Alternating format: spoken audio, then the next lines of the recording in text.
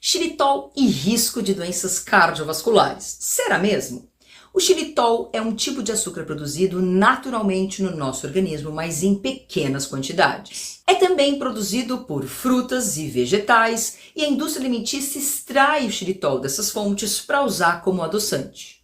O xilitol tem um poder de adoçar bem parecido com o açúcar, porém com 40% menos caloria.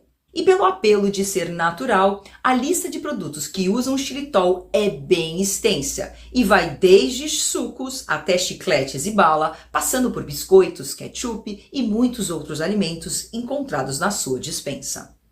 Mas será que o xilitol é seguro para a saúde humana? Em 2024, um estudo publicado pelo European Heart Journal mostrou algumas evidências que o xilitol pode ter algum efeito nocivo à saúde. Mas vamos entender melhor essa história?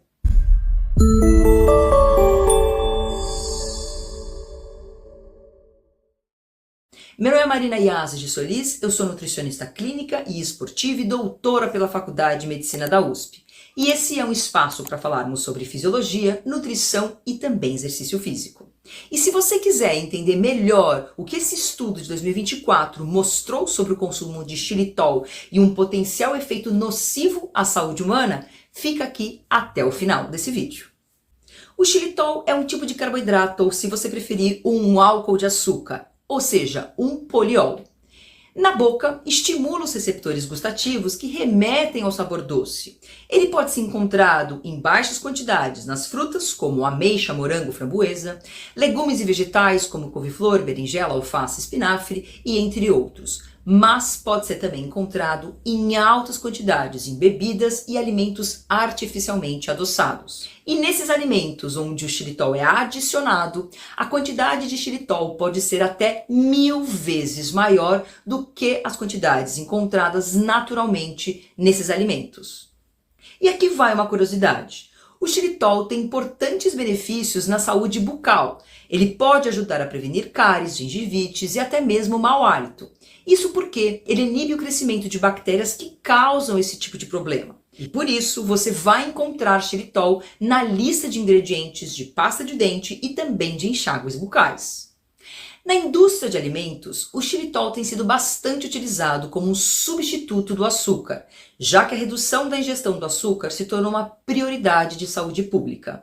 Os adoçantes usados pela indústria são reconhecidos como seguros para o consumo humano e aprovados por autoridades de saúde pública, como o FDA dos Estados Unidos, o European Union da Europa e a própria Anvisa aqui do Brasil. Porém, por causa de estudos recentes levantando dúvidas sobre a segurança de vários adoçantes, a Organização Mundial da Saúde recentemente desaconselhou o uso de adoçantes, sobretudo os artificiais, para o controle do peso corporal.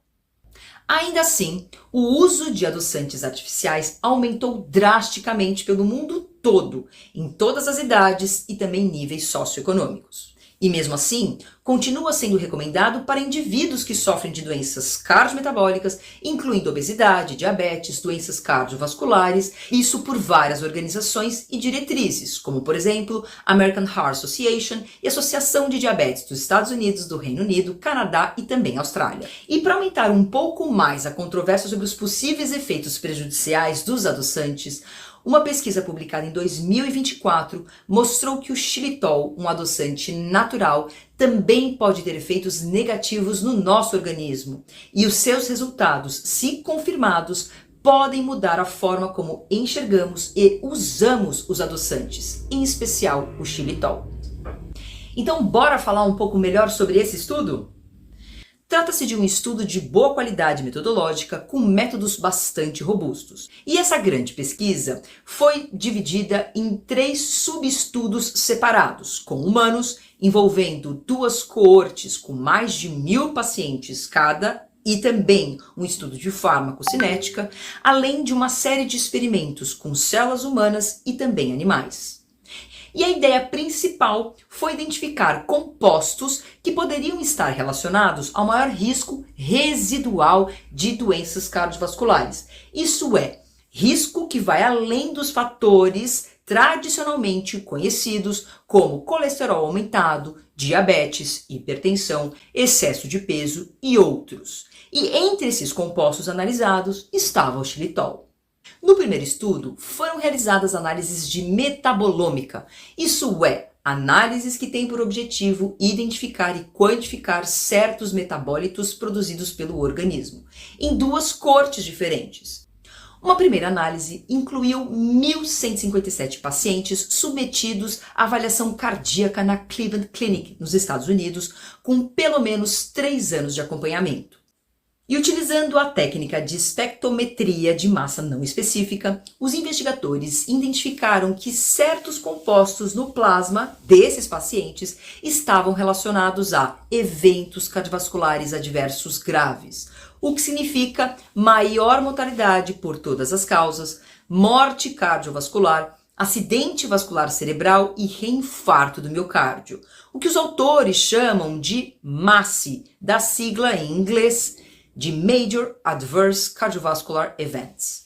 Dentre esses compostos, os polióis, os quais o xilitol faz parte, foram associados a risco de desenvolvimento desses eventos cardiovasculares adversos.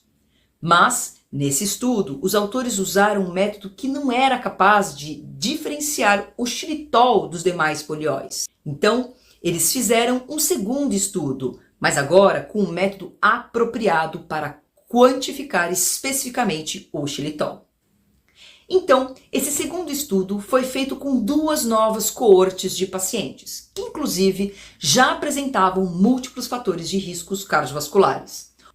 Uma das coortes envolviam pacientes da Cleveland Clinic, nos Estados Unidos, com mais de 2.000 pacientes, e a outra do Hospital Charité de Berlim, na Alemanha, com também mais de 800 pacientes. E como resultado dessas análises, os pesquisadores verificaram que níveis altos de xilitol foram associados com eventos cardiovasculares adversos, que podem chegar até 2 vezes mais, e isso independente do risco cardiovascular já pré-estabelecido desses pacientes.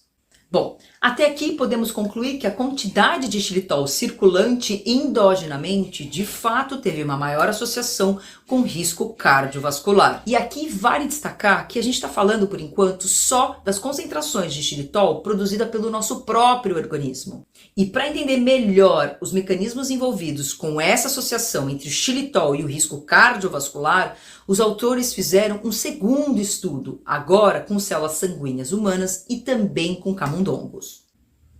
Nesse segundo estudo, os pesquisadores adicionaram xilitol à amostra de sangue de indivíduos saudáveis, usando concentrações parecidas às que acontecem quando humanos consomem xilitol.